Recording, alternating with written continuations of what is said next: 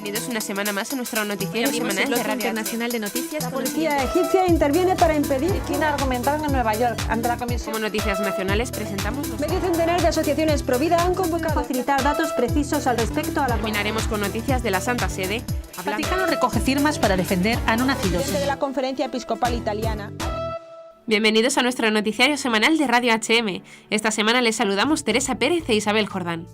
El Arzobispado de Lima ha preparado un vídeo para la fiesta de Pentecostés en el que jóvenes cristianos cuentan lo que más les gusta de ser cristianos. Después responden también con sinceridad al ser preguntados sobre lo que les avergüenza de ser cristianos. El vídeo muestra miedos comunes a muchos cristianos y propone como solución leer la Sagrada Escritura y recibir el Espíritu Santo. Aquel Espíritu que fortaleció a los apóstoles para dar testimonio de su fe en Cristo resucitado es el mismo que ha sido derramado en nuestros corazones.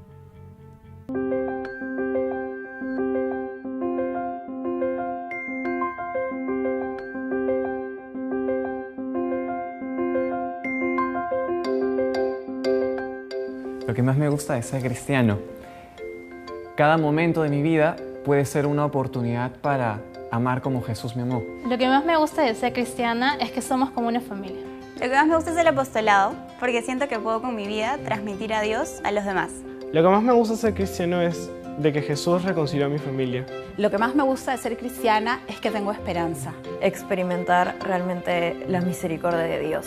Lo que me gusta de ser cristiano es que puedo tener la capacidad de servir a los demás. Es ver todas las cosas que Dios me ha dado, desde cosas con mi familia, mis amigos, en mi comunidad, con mi enamorada. Lo que más me gusta de ser cristiana es la oración y cómo puedo comunicar con Dios. Enseñarle a mis hijos sobre nuestra fe. Es saber lo valioso que puedo hacer para Jesús. Lo que más me gusta de ser cristiana es el amor que Dios me da. Siento desde que Cristo ha tocado mi vida, siento esperanza.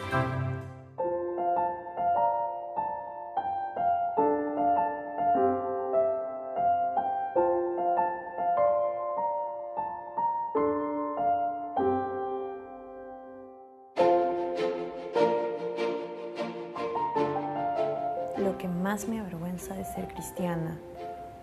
Lo que más me avergüenza de ser cristiano. Con quienes paro no me da vergüenza bendecir los alimentos o leer la Biblia, pero cuando estoy en mi casa, allí sí es difícil, eso sí me da un poco de derroche. A veces es un poco difícil, sobre todo en la universidad, mostrarme como tal porque a veces me ven como bicho raro, por así decirlo. Rezar el rosario en el bus y que te vean como si fuera algo raro o no fuera de lo normal. Me da miedo que cuando esté escuchando música católica en mi teléfono, alguien me pregunte qué estoy escuchando y cuando se enteren me digan qué pava o algo así. Me cuesta arrodillarme en misa. Me cuesta tener que hablar de Él con naturalidad, como podría hablar de cualquier otra cosa. No saber cómo defender mi fe o no saber qué decir de quedar en ridículo. Me avergüenza que mis amigos puedan ver este video y sepan que soy católico.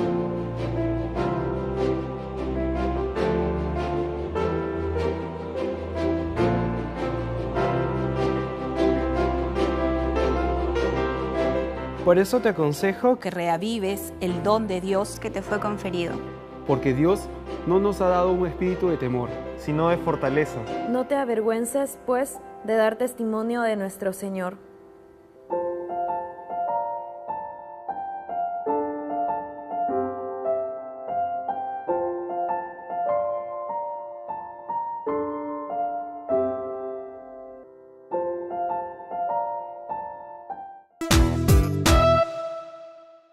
Comenzamos comentando el panorama internacional. 6 obispos alemanes salen en defensa de la fe católica. Siria, explosivo detona durante la primera comunión de unos niños. República Democrática del Congo. Los obispos del Congo denuncian la pasividad de la ONU ante el genocidio y la balcanización de su país. Nepal, el caso de una niña milagro es la alegría de los católicos. Perú, Comisión de Justicia rechaza proyecto de despenalización del aborto por violación. Pasaremos después a comentar algunas noticias de interés nacional. La victoria de pequeños partidos y coaliciones abre un futuro incierto sobre la gobernabilidad del país. Observatorio para la Libertad Religiosa denuncia el acoso de la asignatura de religión en España. España trabaja en 30 países de África a través de Manos Unidas. Famoso exorcista advierte de los peligros del juego Charlie Charlie. Terminaremos como siempre con la Santa Sede. El Papa en Santa Marta explica que la riqueza genera corrupción cuando no se comparte. Papa Francisco a los franciscanos: no pierdan la pobreza. El Papa denuncia la contradicción de los países que tienen leyes muy estrictas de protección al menor, pero permiten el aborto. Pietro Parolin afirma que el referéndum de Irlanda es una derrota para toda la humanidad. El amor no es un objeto de consumo. El noviazgo pone las bases al matrimonio, que no se improvisa, dijo Francisco en la catequesis. Monseñor Stefan Oster, obispo de Passau, Alemania, ha recibido el apoyo público de otros 5 obispos alemanes por su respuesta a las tesis heréticas del Comité Central de los Católicos Alemanes, que ha solicitado que la Iglesia bendiga tanto las uniones civiles de divorciados como las uniones homosexuales. Monseñor Oster recuerda que la fe y la Escritura se basan en la revelación, en el mismo Cristo. Él no es ningún valor, sino la misma palabra de Dios, y pregunta por qué justo en estos temas cruciales relativos al matrimonio y la sexualidad hay que cambiar la voluntad de Jesús después de 2000 años. El prelado parte del siguiente texto de la Agencia Católica de Noticias KNA.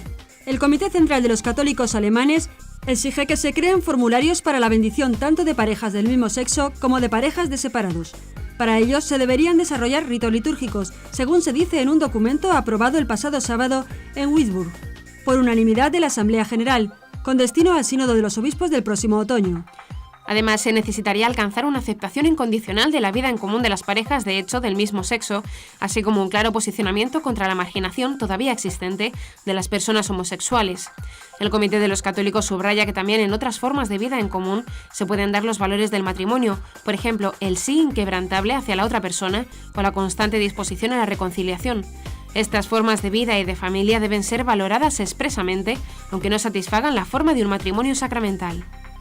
Monseñor Oster advierte que si alguien quiere obtener información más detallada acerca de lo que dice la fe de nuestra Iglesia sobre la pareja, la familia y la sexualidad, si alguien quiere formar su conciencia en la fe de la Iglesia y quiere saber lo que desde el punto de vista de la fe se tiene en estos temas, por justo o por equivocado, debe contestar a las exigencias del Comité Central de Católicos Alemanes. El prelado recuerda que la Iglesia cree, apoyada en la revelación, que el goce de la práctica sexual encuentra su genuino y, en definitiva, único lugar legítimo en el matrimonio entre un hombre y una mujer, en el que ambos están abiertos a la transmisión de la vida y por el que se contrae una unión indisoluble hasta la muerte de uno de los dos. Monseñor Oster explica que desde el punto de vista de la Sagrada Escritura, cualquiera otra forma de consumación de la práctica sexual fuera del matrimonio es considerada fornicación o adulterio, con dramáticas consecuencias para aquellos que se aventuren en la misma.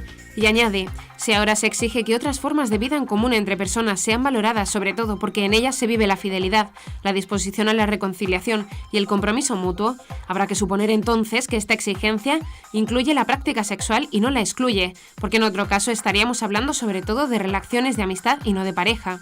En mi opinión, no hay problema en reconocer que la Iglesia ha visto siempre con buenos ojos e incluso ha bendecido la auténtica amistad. En cambio, por lo que vemos, estas cuestiones que estamos discutiendo se refieren en lo esencial al sexo entre dos personas, por lo cual pide coherencia plena al comité para que incluya abiertamente la exigencia de que bendigamos también la práctica de la sexualidad en las relaciones fuera del matrimonio. El obispo plantea que si tenemos que organizar celebraciones litúrgicas para bendecir relaciones de todo tipo, distintas del matrimonio sacramental, se me ocurre la pregunta, ¿por qué es solo para dos? Si, por ejemplo, 3 o más personas de sexos iguales o distintos, a la vez que comparten la cama, quieren formar un marco acogedor y fiable para los niños, ¿por qué no bendecimos también esta unión? La fe y la Escritura, recuerda el obispo, no se basan de forma primaria en valores, sino en la revelación, en el mismo Cristo. Él no es ningún valor, sino la misma palabra de Dios.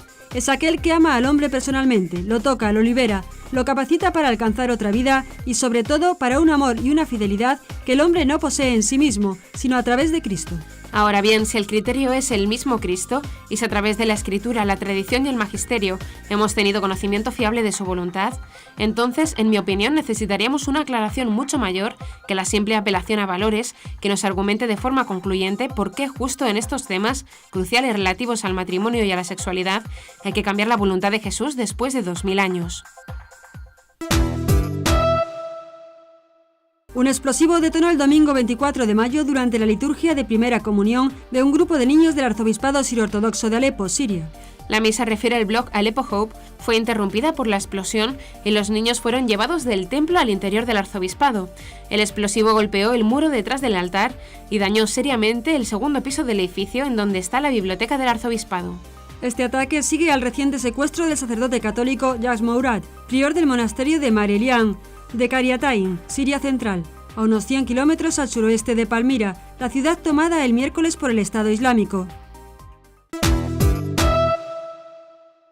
Un clima de genocidio, unido de fundamentalismo yihadista y un proceso de balcanización. Estos son los 3 grandes peligros denunciados por los obispos de la provincia de Bukavu, este de la República Democrática del Congo. Los obispos señalan que en su provincia eclesiástica muchos grupos armados se comportan como depredadores contra la población que está abandonada a su suerte y denuncian los crímenes contra la humanidad cometidos por tales grupos, como la mutilación de niños y destripamiento de mujeres embarazadas. Los obispos también denuncian la instalación en el macizo de Rwenzori de facciones que inyectan su espíritu yihadista a sus reclutas que entrenan en el terrorismo internacional.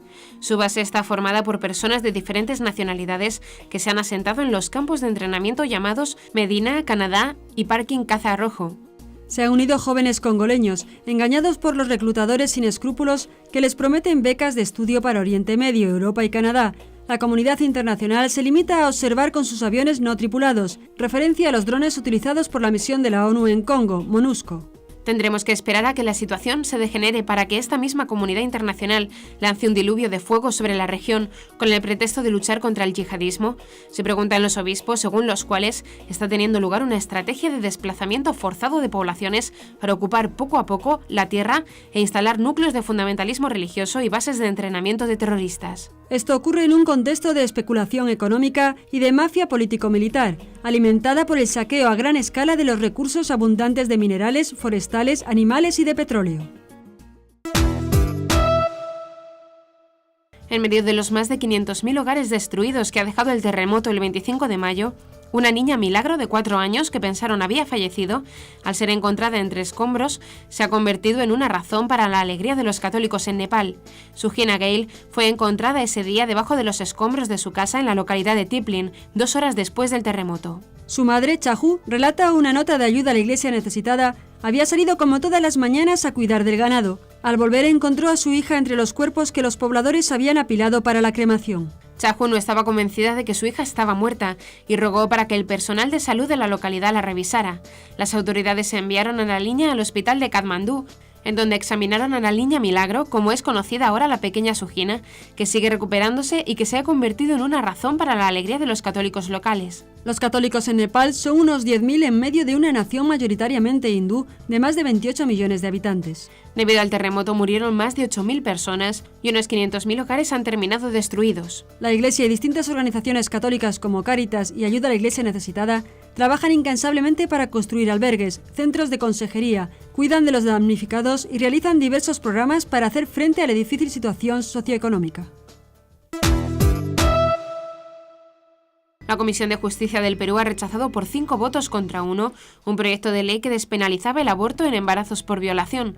Los parlamentarios Juan Díaz Dios, Octavio Salazar, Julio Rosas y Cecilia Chacón, que se abstuvo, y Mariano Portugal dejaron sola en la defensa del proyecto a Verónica Mendoza. Con el archivo, la posibilidad de despenalizar el aborto en esos casos no irá al plenario y quedará en el olvido. Mientras se decidía el destino del proyecto, en las afueras del Palacio Legislativo, en la céntrica avenida Abancay, un grupo de feministas abortistas se manifestaron pidiendo la aprobación de la norma. La policía tuvo que contener a los manifestantes para evitar el bloqueo de la céntrica vía. Actualmente el aborto es delito en Perú en cualquier circunstancia, salvo peligro de la vida de la madre. En un artículo publicado en Aleteia, Salvador Aragonés hace un análisis de la situación política de nuestro país. Según él, las elecciones municipales y autonómicas en España han dado como resultado un importante desplazamiento del voto hacia la izquierda, como protesta por las políticas de austeridad del Gobierno de Madrid, presidido por Mariano Rajoy, y por la corrupción descubierta en el PP y el PSOE. Hay 3 elementos nuevos en estas elecciones.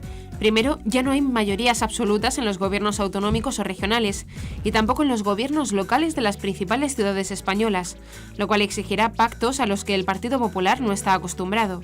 Segundo, la irrupción en el escenario de la representación política local y regional de 2 partidos, uno de centro-izquierda, Ciudadanos, y otro de extrema izquierda, Podemos. Tercero, la pérdida de votos de independentismo catalán que ha dejado la capital barcelonesa en manos de una plataforma de 7 formaciones políticas liderado por Ada Colau, por primera vez una mujer, y de extrema izquierda, al frente de la capital de Cataluña y con una mayoría muy pequeña, muy difícil de gobernar. El mensaje de los electores es romper las mayorías absolutas y obligar a los dos grandes partidos, PP y PSOE, al pacto, al diálogo, a poner políticas diversas en común. Sin embargo, la proliferación de muchos partidos pequeños condicionará a su vez estos pactos. Habrá que esperar qué ocurrirá en las elecciones generales de final de año, donde se elegirá al gobierno de España. De momento en España ha habido una fuerte sacudida. Antes se celebrarán elecciones autonómicas en Cataluña, donde el independentismo ha dicho que quiere la mayoría absoluta. El Observatorio para la Libertad Religiosa y de Conciencia informa que en los últimos meses ha venido recibiendo numerosas quejas procedentes de particulares, profesores de religión y agrupaciones en relación con la ofensiva que está sufriendo la materia, así como la discriminación que sufren los maestros y profesores de esta materia, y cómo las iniciativas para desacreditar a la asignatura se han intensificado con la implantación de la Ley Orgánica de Mejora de la Calidad Educativa, LOMCE, desde el curso 2014-2015. Con este motivo, el Observatorio ha elaborado el informe La clase de religión en España, situación y ofensiva. El informe se centra en la asignatura de religión católica porque es la que eligen la mayoría de estudiantes y es la que están sufriendo una ofensiva con el fin de minimizarla o hacerla desaparecer. En él se denuncia la ofensiva contra la asignatura de religión que vulnera los derechos fundamentales de libertad religiosa y libertad de educación, recogidos en los artículos 16 y 27.3 de la Constitución española. Afirma que se incumplen los acuerdos con la Santa Sede, así como con otros acuerdos internacionales. Durante casi 40 años, esta materia ha sido escogida por entre un 70 y 80% de la mayor parte de la sociedad española. La sociedad demanda esta asignatura y reducirla a su mínima expresión implica gobernar en contra de sus prioridades y sus derechos. Además, mientras que del resto de profesionales de la enseñanza se da por hecho que enseñan sin estar contaminados por sus creencias personales, en los profesores de religión se presupone lo que algunos llaman adoctrinamiento, minusvalorándoles en su labor profesional. Esta discriminación también es palpable en otros ámbitos de su labor profesional. Por ejemplo, prohibiéndoles ejercer tutoría con alumnos, como si por el simple hecho de enseñar religión les invalidara para cualquier otra tarea. España es un país de raíces cristianas, afirman. Negar el derecho de una o varias generaciones de alumnos al conocimiento del cristianismo sería negarles el conocimiento en otros ámbitos de la vida relacionados por cultura con la religión, como es el arte, la literatura o la filosofía. El 25 de mayo se celebra el Día de África y desde Manos Unidas, la ONG de ayuda al extranjero de la Iglesia Católica en España, se aprovecha para recordar la necesidad de apoyar más a este continente. Casi el 50% de africanos vive bajo el umbral de la pobreza y tan solo el 4% cuenta con más de $10 al día. La inseguridad alimentaria sigue golpeando a más de 200 millones de africanos, una tercera parte de población. En educación aumenta la escolarización, pero de calidad muy desigual. El acceso al agua sigue siendo imposible para muchos. La vida de las mujeres pobres y rurales es especialmente dura. A esto se une el drama de la inestabilidad política y el fundamentalismo religioso. Por todo ello, África es muy importante para Manos Unidas. En el último año se han realizado 241 proyectos beneficiando a más de 2 millones de personas en 31 países. Esto supone que la ONG de Desarrollo de la Iglesia Católica en España ha realizado en el continente africano el 43,81% del total de sus proyectos, 550 en el año 2012. Y el importe económico destinado al continente ha sido de 12,6 millones de euros, el 38,17% del total del presupuesto de Manos Unidas para proyectos. En los últimos días se impulsó en las redes sociales un juego de invocación de espíritus, denominado Charlie Charlie, que para algunos sería una versión simplificada de la Ouija. Millones de jóvenes en todo el mundo aseguran haberlo practicado y hay una ola de preocupación por el presunto riesgo de posesión demoníaca al que se expondrían quienes lo realizan.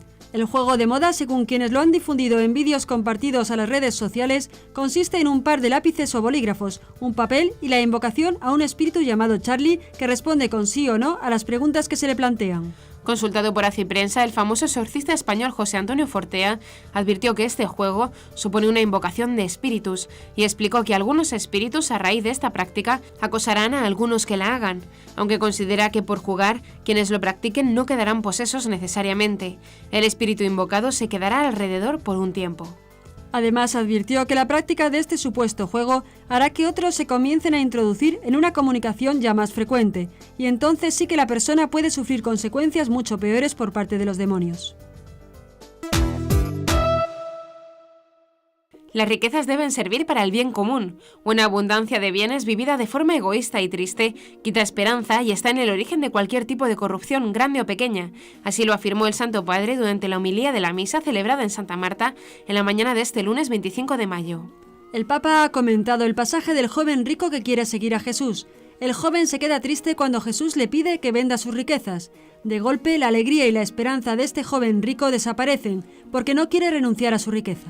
Por eso el Santo Padre ha señalado que el apego a las riquezas está en el inicio de todo tipo de corrupción, por todas partes. Corrupción personal, corrupción en los negocios, también en la pequeña corrupción comercial, de esa que quita 50 gramos al peso exacto. Corrupción política, corrupción de la educación. Y ha explicado que utiliza el término apego y no administrar bien las riquezas, porque las riquezas son para el bien común, para todos. Y si el Señor se lo da a una persona, es para que esa persona lo haga para el bien de todos, no para sí mismo, no para que lo cierre en su corazón, que después con esto se hace corrupto y triste, ha advertido Francisco.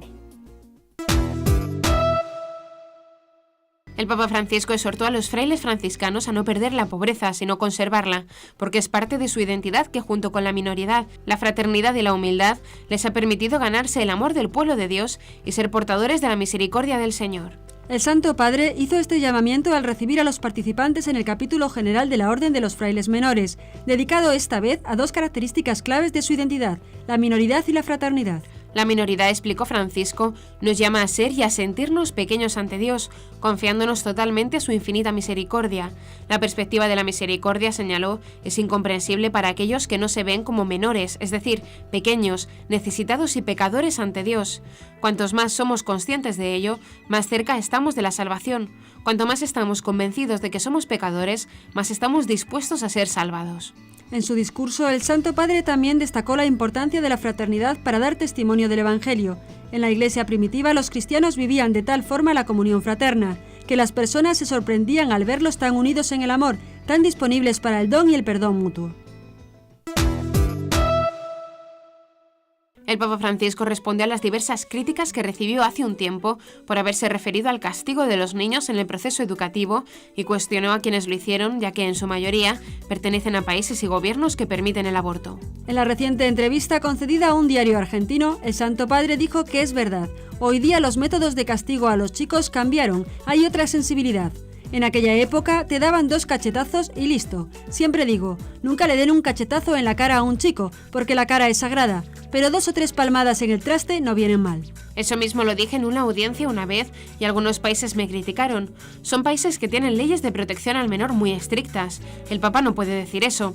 Pero curiosamente esos países que incluso castigan al padre o a la madre que le pega al menor, tienen leyes que les permiten matar a los chicos antes de que nazcan. Esas son las contradicciones que vivimos ahora. El referéndum celebrado el pasado fin de semana en Irlanda, que aprobó el matrimonio homosexual, es una derrota para la humanidad, según el cardenal Pietro Parolin, secretario del Estado del Vaticano, quien se mostró triste por este resultado.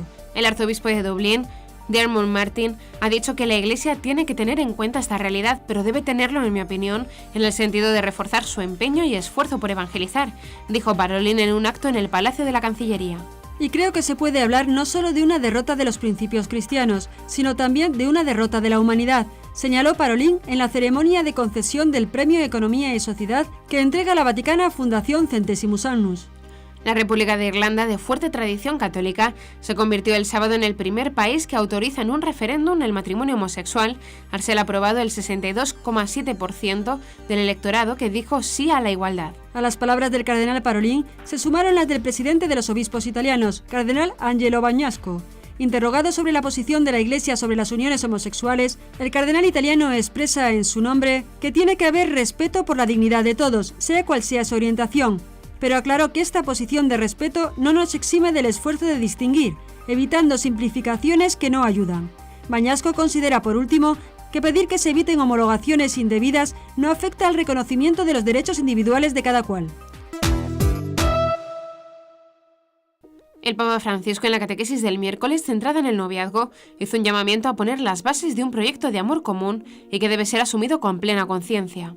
El matrimonio como vocación de Dios no es solo una relación basada en la atracción y el sentimiento, sino que establece una alianza tan sólida y duradera que hace de dos vidas una sola, un auténtico milagro de la libertad humana y de la gracia de Dios. Una alianza así no se improvisa de un día para otro. El noviazgo crea las condiciones favorables para que el hombre y la mujer se conozcan a fondo, para que maduren la decisión responsable por algo tan grande, que no se puede ni comprar ni vender. La cultura consumista del usar y tirar y del todo y enseguida, imperante en nuestra sociedad muchas veces, tiende a convertir el amor en un objeto de consumo que no puede constituir el fundamento de un compromiso vital. La Iglesia, en su sabiduría, sabe que el amor no se compra y por esto ha preservado la distinción entre el noviazgo y el matrimonio, precisamente para proteger la profundidad del sacramento. Los cursos prematrimoniales son una expresión de esta solicitud por la preparación de los esposos. Hoy más que nunca es necesario revalorizar el noviazgo como una iniciación a la sorpresa de los dones espirituales con los cuales Dios bendice y enriquece a la familia.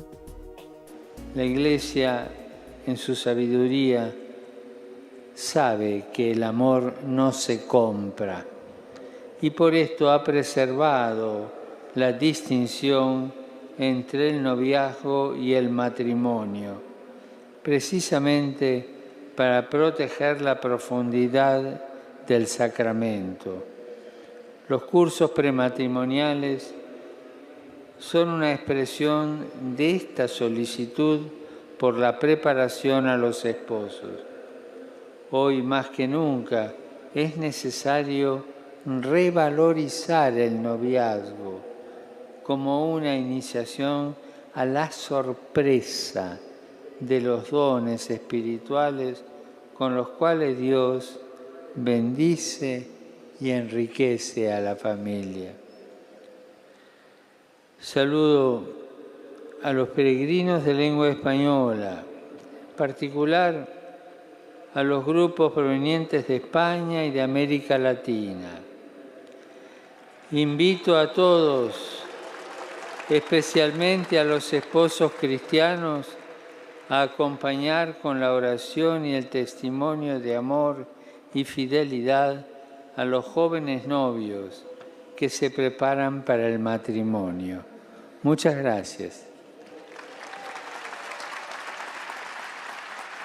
Y hasta aquí nuestro informativo semanal. Esperamos que haya sido de su agrado. Recuerden que pueden seguir escuchándonos siguiendo el resto de nuestra programación en directo a través de la web www.radiohm.net. En ella podrán encontrar también distintos podcasts con los informativos anteriores y otros audios que también pueden ser de su interés. Seguiremos estos días informando de las noticias de la Iglesia y del mundo a través de nuestros breves espacios informativos que les ofrecemos todos los días, cada media hora, aquí en Radio HM 88.9 FM y HM Televisión. Ayer, hoy y siempre, la verdad. Gracias por habernos acompañado. Les han informado Isabel Jordán y Teresa María Pérez. Hasta la próxima semana.